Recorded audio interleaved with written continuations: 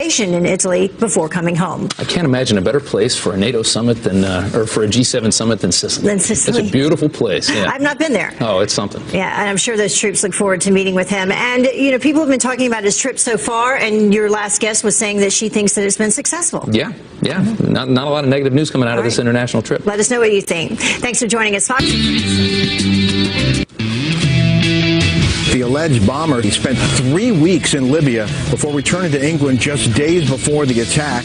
We've allowed people to go and be deeply radicalized, even brutalized in Syria, all because we're scared we might be thought to be racist. President Trump's budget was unveiled, and the Democrats wasted no time deploying the predictable scare tactics.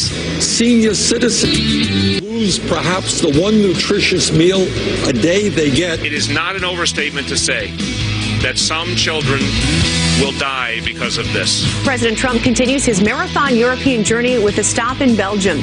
President Trump has been pushing NATO to become more relevant by taking on a greater counterterrorism mission. Monday's bombing in Manchester has thrust that mission to the top of the agenda. What took place is horrible, unthinkable, but we will win 100%. That's the story. That's what, it's a new Middle East right now. America is back.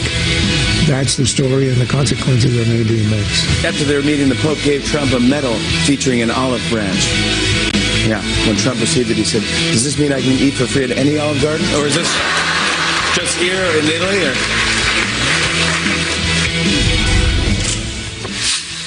Welcome. You can eat anywhere free, right? If you'd like to.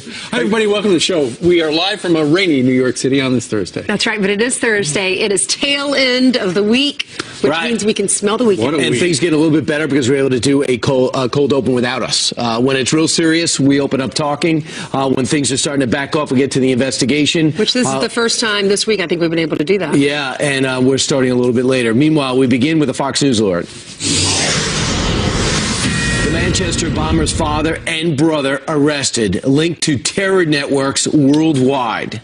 But the hunt not over yet. Authorities intensifying the search for others, conducting massive overnight raids throughout England. There are all kinds of details we're learning this morning. 8 people under arrest for actively helping this bomber at that concert. His brother allegedly knew about the attack. His father affiliated with ISIS groups in the past, according to reports. That's right. And his brother apparently confessed to a Libyan militia that the two of them belong to ISIS.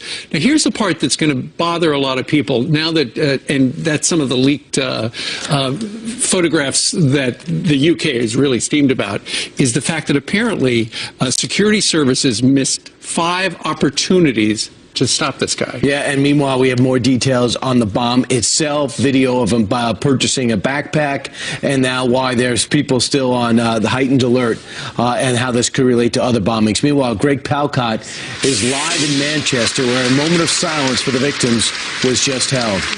Greg. Very, very emotional, folks. Now you are hearing applause. The applause of the thousands of people who are gathered around this memorial to Flowers. They have waited for a minute, remembering the 22 dead, the 64 who are still in the hospital, many of them fighting for their lives after that dastardly attack Monday night on the concert here in Manchester.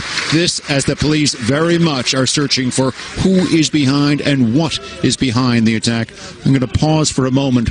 We're just hearing a few words. More applause. It's a very dramatic scene here. This is a city that has been racked by this violence, a city that is pulled together. The second biggest metropolis in the UK. I've lived in London for several years now, but the hometown feeling here is amazing. We can see it in the flowers, too, the remembrances of those victims. Again, as the police are looking very much into who was supporting these people overnight. 2 more arrests. There were raids also overnight and this morning. 8 now are under arrest, and it is believed there was a substantial network supporting 22-year-old Salman Abedi. This as we get chilling new video, surveillance video of him at a shopping center just a couple blocks away from where he did his committed his act. He was buying his backpack, which was then filled with explosives, and then shrapnel, which was resulting in such carnage all around him on that night. We're also hearing about his father and his brother in Libya in the last 18 hours, detained as well. His brother allegedly claiming he knew about the attack and that he knew that ISIS was involved. His father also associated with groups linked to Al-Qaeda. A lot to follow, but a lot of emotion here now as we hear singing, prayers, tears, and emotion for those who were killed in the attack in Manchester. Back to you. All right. Thanks, Greg.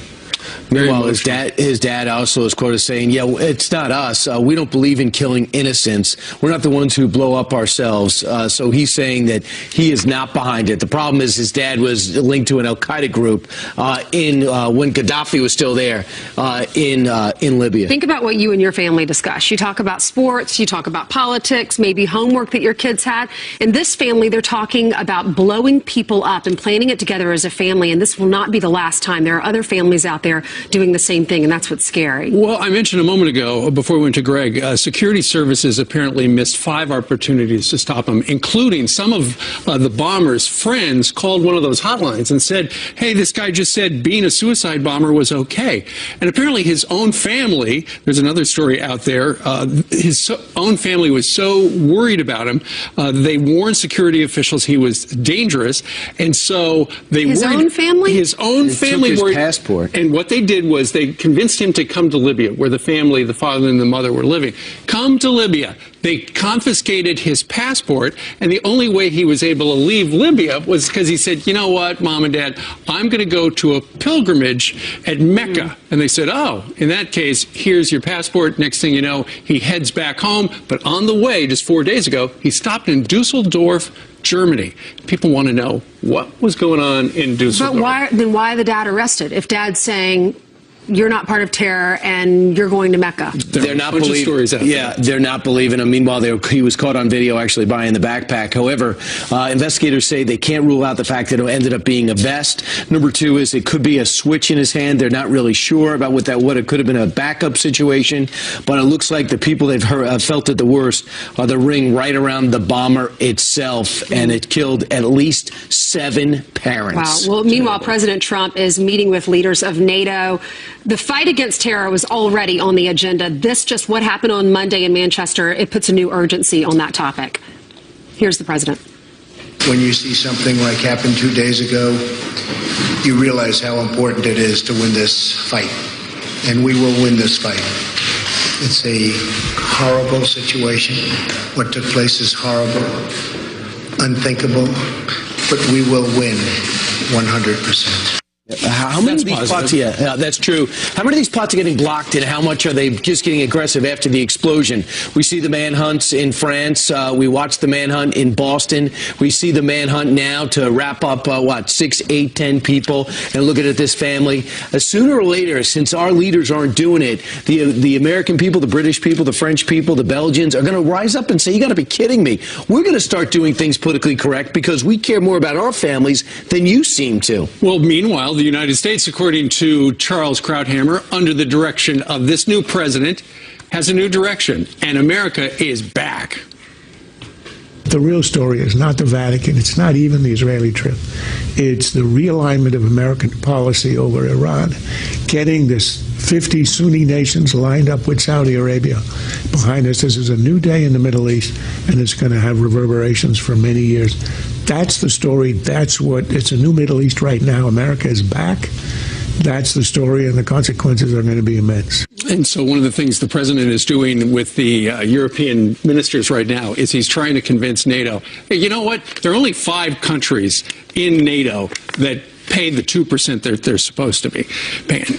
Come on, you guys, help us out, because it's a worldwide war we're against regarding terrorism and all sorts of other bad stuff. Yeah, because meanwhile, Italy's at 0.9% of their budget. Germany's about at the same. And when asked to increase their defense budget, they say, we don't really have anything to buy, so it'll just be a waste of money. You know why they don't have anything to buy? Because we bought it for ourselves in order to defend them. Do they miss the calculus that the American people are tired of running $500 billion annual deficits? We're now at $21 trillion because of things like that. There's got to be a more of a sincere attempt on the part of our allies to watch their own back. That's definitely an important topic. The most for me and for many families out there is national security, and that's why what happened on Monday, it can't continue to happen. So it's very important for all these leaders that are part of NATO to listen to the president, listen to President Trump, and say, we're going to fight this, we're going to fight these terror cells, and we're going to get them. We're just going to annihilate them. You're going to see some live pictures of the president during our telecast today as he continues his visit to Brussels before he heads off to Sicily. Meanwhile, Jillian Milley is prepared to not only give us the news, but so much more. Yes, absolutely. Yeah. We'll get to that later in the show, but good Thursday morning to you at home as well. Here's what you need to know. Hours before the polls open in the Montana special election, a GOP congressional candidate is charged with assault. Greg Gianforte defending himself after he's accused of body slamming a Guardian reporter. The candidate says that reporter tried to push a phone in his face before this happened. We'll talk to you about that later. Yeah, but there's not going to be time. I'm just curious if you okay, have speak with Shane, please. But you don't. Sick and tired of you guys. The last time you came here, you did the same thing. Ooh, quite a scene. Gianforte's campaign says the men both fell. 30% of the vote has already been cast in the special election to fill Interior Secretary Ryan Zinke's open house seat. Did fake Russian intelligence affect James Comey's investigation into Hillary Clinton? According to the Washington Post, the FBI got its hands on a document claiming former Attorney General Loretta Lynch assured the Clinton campaign she wouldn't let the investigation into her private email server get too far. In July, Comey announced the Clinton investigation was over. By August, the FBI concluded the document was fake, possibly meant to confuse the Bureau. Now, President Trump is widening his search to replace Comey at the FBI. Former Senator Joe Lieberman is no longer in the running. Airport security may be adding brand new rules for the next time you fly. According to a report, the new policy includes removing all electronics, from carry-on luggage if they're bigger than a cell phone. Food also included. Now, the goal is to declutter carry-on luggage to reduce manual checks when X-ray machines can't see through a crammed bag. The changes also come amid heightened fears terrorists could smuggle bombs on commercial planes. While world leaders search for solutions to the global terror crisis, former Secretary of State John Kerry has reemerged with his own idea: give young jihadists jobs? Just infusing more weapons into the Gulf states is not going to solve the problem of a region that needs to create more than 60 million new jobs in the next decade alone. It is to provide these booming youth populations with a quality education, with skills for the modern world, with jobs that allow them to actually build a life. The former secretary making the comments during a commencement speech yesterday at Harvard's John F. Kennedy School of Government. So look at your headlines this morning, guys. I'm sure a lot of people are going to be talking about that one. Right. A lot of these guys go to college. They have options, but they choose different options. And they got to be very smart to put together these bombs and make these plots. Jobs are not the issue solely. I know for some people, perhaps, but for the former Secretary of State to say that is pretty insulting. I think we heard it from the last administration and the State Department, too. They need jobs. Right. We've heard that. You just want a positive message when you hear from these commencement speakers. No kidding. The guy who runs Al-Qaeda is a doctor. He could be seeing patients right now, but he's in a cave plotting to kill us. That slows him down. All right, 13 minutes after the top of the hour on this Thursday, coming up is a controversial way to stop people from becoming terrorists. Should we make immigrants assimilate, force them to become more American? Pete Hegseth says yes, and he's live in Minneapolis now. And he's connected to a deadly terror attack. So why is this guy getting honored in a parade? Wait until you hear how that decision is being defined. Fox News alert now. Disturbing new details emerging about the Manchester bomber and his family suspected terror ties. As we get brand new images you're taking in of Salman al-Bidi himself and his dad and two brothers who are both arrested. Remember, his parents were refugees from Libya. And our next guest says that explains a lot. Here to explain that is Weekend Fox and Friends co-host Pete Hegseth, the Fox News contributor, U.S. Army veteran. Pete, you think the problem is when people come to a Western country, they're not blending in? Very much so. It's all about assimilation and allegiance. It doesn't mean they give up the cultures they came from and their family and the people that they know. It means when you come to the UK or to the United States, what has made these Western countries successful is that they coalesce around a set of ideas. And that requires things like language, learning the language, because it's the language of opportunity in that new land, and pledging allegiance to the flag and the country that you live in. In this particular instance, the parents came as refugees fleeing conflict. They were also Islamists who were fighting Gaddafi, by the way, so there was no vetting of them. But their son grew up with a divided allegiance, and that's the problem. When you have this divided allegiance, you live in a country, but you are not of it. You don't commit to it the way you would, and you're more easily seduced by radical ideas. So what is society supposed to do when you're a new immigrant? It's pretty overwhelming to come and land and not really know anybody, not know the language, so government's trying to make it easier, and you think it's boomeranged. Where do you draw the line? Yeah.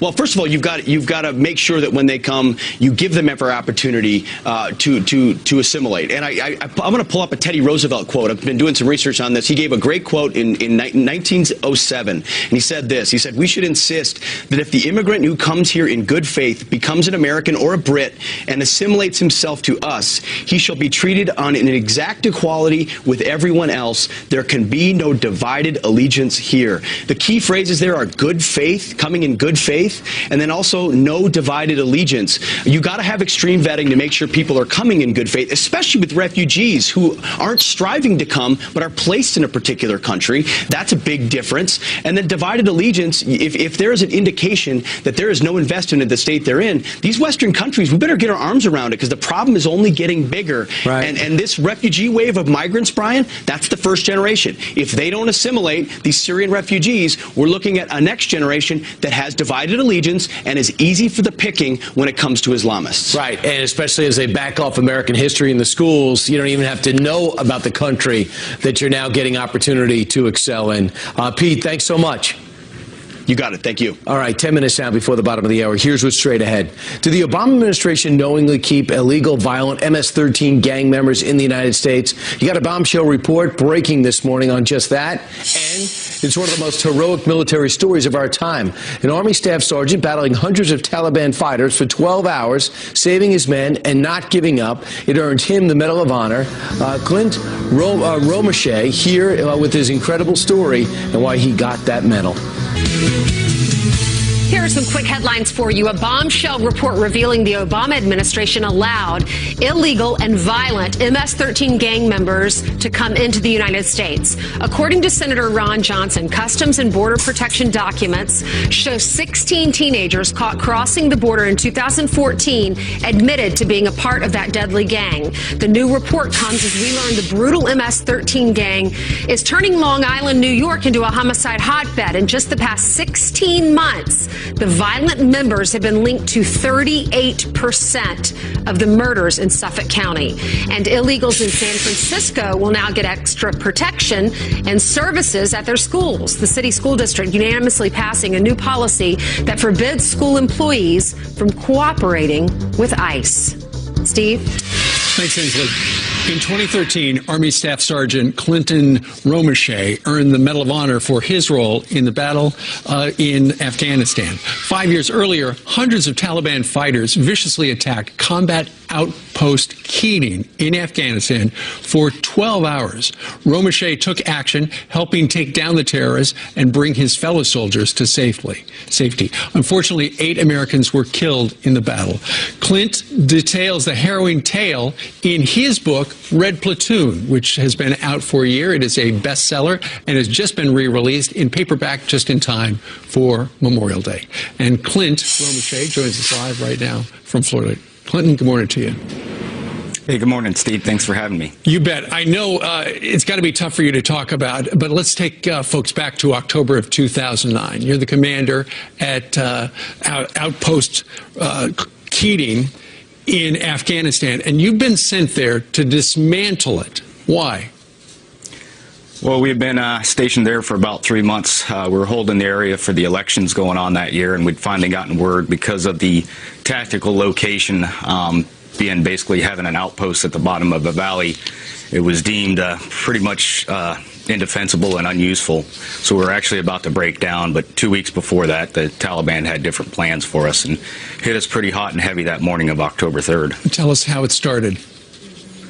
Kicked off bright and early, 6 o'clock in the morning, and first shots came in. It was such a just wall of steel and RPGs and bullets fly in the air, and no matter where you were standing, you were, an easy target as the enemy had the high ground all around us, shooting down upon us. And the reports from each defensive position immediately came in with just overwhelming, accurate enemy fire. And to try and resupply and gain fire superiority at first was almost an impossibility. And within the first hour, the enemy was able to breach our perimeter and was inside the wire with us. And for the next almost 13, 14 hours next, tried to push back and recover everything. And you were desperately outnumbered. They estimated we went up against a force of about 300 to 400 fighters against 52 Americans sitting in the bottom of that valley. How did you do it? It was one of those things that you rely on your training, but more importantly, you got your battle buddies to your left and right just doing their job. And, as I look back on that day, I truly don't believe I did anything special. Just did my job like the guys to my left and right were doing.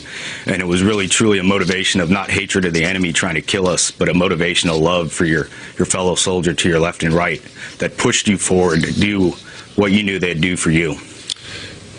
Invariably, the action you took saved a number of American lives. Sadly, 8 Americans were killed in this particular battle. What do you want people to know about the men who died that day in that ravine? It was, as part of doing the book Red Platoon, that was a big motivation behind it, to help tell the story for those 8 men that are no longer alive today, to tell their own, to show them as people, as husbands, as sons, as fathers. Show them as the warriors they were, fighting for each other, fighting for, so much more than just themselves, giving up everything and more than was ever asked of them so we could come and survive that horrible day. And with Memorial Day coming up, especially now, to immortalize and remember them, because that's one of the biggest fears is forgetting what that sacrifice and heroism looks like in our history of what was laid before us to get us here today. Surely. And I know you're out of the service, but you're still connected to the service. What are you doing? I'm still pretty busy with doing a lot of veterans outreach. Actually, just down here in Florida with the Sons of South Fork, we took a group of veterans out tarpon fishing for the last couple of days, which was truly amazing to reconnect and just continuing to move forward every day. Always having a goal, always trying to strive to do better. Well, sir, thank you very much for your service. It is an honor to have you on the program. His book now out in paperback is called Red Platoon. Clint Romeshay, thank you very much. Thank you. You bet. All right. It is 6:30 now here in New York City. He's connected to deadly terror attacks. So why is this guy getting honored in a parade? Wait until you hear how that decision is being defended on this Thursday. And Democrats are already pulling out the scare tactics to undermine President Trump's proposed budget. Add it all up, the Trump budget is a comic book villain bad budget. We are back with the Fox News alert. President Trump receiving a warm welcome from European Union presidents this morning in Europe. He now heads to lunch with the French leader, Emmanuel Macron, just hours before attending his first NATO summit. The two newest leaders in the Western world. Now let's go to Kevin Cork, who is live in Brussels and will be allowed to listen in with a cup to the wall. Is that true, Kevin? You're right on the money. And I've got chocolate in one hand and a beer in the... I can't tell you that, but I can tell you this. It's great being here in Belgium. It's a huge day, as you point out, economic cooperation, security coordination, and obviously trade among the many topics we expect the president to be talking about in his conversations here today. And certainly we're also going to try to keep an ear about the Paris Climate Accord. I mean, that may come up, folks, and we've been talking about that a great deal. Also, NATO's effort in the anti-ISIS campaign. That, and of course, we'll be looking forward to a readout of that lunch with the French President Macron. Now, clearly, NATO is going to be the real dominant conversation piece here, right? The president has been very forceful, saying, look, nation members have to pay their fair share, folks, at least 2% of GDP by 2024. He's going to hear how they're going to try to get to that number. Right now, by the way, the U.S. is contributing about 4% of GDP, and the president feels like that is simply unfair. We hope to hear from the president soon, and if we do, of course, I promise I'll bring it to you first here on Fox. Back to you. All right, Kevin Cork live in Brussels. Thank you very much. Charles Payne, the host of Making Money with Charles Payne on Fox Business, is joining us right now. And in the history of the Fox News channel, I don't know that anybody has ever shown up for a program who actually brought their lunchbox. We thought this was a prop that he was going to use, and as it turns out, this is your lunch. That's my lunch, yeah. Well, they called me last minute because I'm filling in for Stuart Varney today, and I was on the road. I had to park next to there, and so I'm going to put it in. You just walked in, and here's your lunch. I'm going to put it on the fridge after I hit. It's a good way to save money. You're not going to go out and to to a lose restaurant weight. and to lose weight. By the way, tweet us. Tell us what you think is in that canister. He doesn't even know. His wife prepares it for him. Yeah. There's something at the bottom. The main course is always on the bottom, though, and it's always great. Okay. Talking about Do you need an saving money. explosive to blow it up? I will never take it on the plane, that's for sure. No kidding. All right, let's talk a little bit about the president's Sure. budget. He's taken a lot of flack because he, to make sure that we are deficit neutral within 10 years, we've got to grow at 3% a year. Right. And some people say that just is not going to happen. Well, that is obviously it's possible. The idea that we can't is ludicrous. In fact, this quarter we're growing at about 4%. So why can't we sustain that? Particularly with the economic growth that I'm seeing in this economy already, that is so underreported. It's really a shame, but it's also perhaps done deliberately. Listen, there are certain adult choices that have to be made, and I also think the honest conversation about what happened in the last 8 years, when America, to a degree, we experimented with socialism. And it did not work. And now what we're saying is that, hey, how about going back and focusing on the people that drive this economy? Workers, small businesses, and perhaps not only rewarding them, but encouraging others to join them as well, because that's where you get 3%, 4%, 5% growth ultimately. Charles, everyone who pays taxes, all of their taxes are going to be cut, which seems like a great plan. It's also going to cut $3.5 trillion in federal spending, boost military spending, and leave entitlements alone. People are quoting this as a home run, very Reaganite, most fiscally conservative budget since Reagan. That's from Chris Edwards with the Cato Institute. I love the small government part of it, slashing some of these bloated departments. How do these Department of Education and HUD and all these things get a $40, $50 billion budget? It's mind-boggling. Yeah. I will say, though, that ultimately, we do need some sort of reform with Social Security and Medicare. People need to understand. And the president doesn't want to touch that. No Mick politician Mulvaney does. said he was told by the president not to. Because it was a campaign promise, so we get that. But ultimately, to keep Social Security, to save it, you do have to reform. And I mean, honestly, if it was literally a lockbox and it had cash in it, if you open it up, it would just be nothing but because we robbed from it. We robbed it. It was never designed to work. And I think that's the premise we have to begin with. When it was instituted, first of all, we borrowed it from Germany. Bismarck wanted to fight off the wave of socialism, and so he did that as a compromise, and we adopted it. But when we took it, women were living to 60 and men were living to 57, 58. It was never designed to work, and now it could hurt us. So ultimately, we need to focus on that. But the idea of smaller government is something we all should embrace, and the idea of rewarding people for working. Somewhere along the line, the notion became that all money generated in this country belongs to government first and us second. They're not giving us the money back. These are taxes they should be taking from us in the first place. Right, now we're getting you all wound up, and I apologize for that. But it's only a month since I wrote that last check to go. Have a great lunch. Will the Germans apologize to us for Bismarck's Social Security move, which we copied? Yeah, we should have copied their vocational education system. There you go. All right, Charles, thank you very much. Appreciate it. Thanks. Today at 9 in for Stu. All right, let's hand it over to Jillian, who has some more headlines for us. Hey, Jillian. Most intriguing lunch pail I've ever seen. I know. The New York Daily News joining the NYPD commissioner, JetBlue, Coca-Cola, and more in marching away from next month's Puerto Rican Day Parade in New York City. The event celebrating Oscar Lopez Rivera, whose group claimed responsibility for more than 100 bombings across the U.S.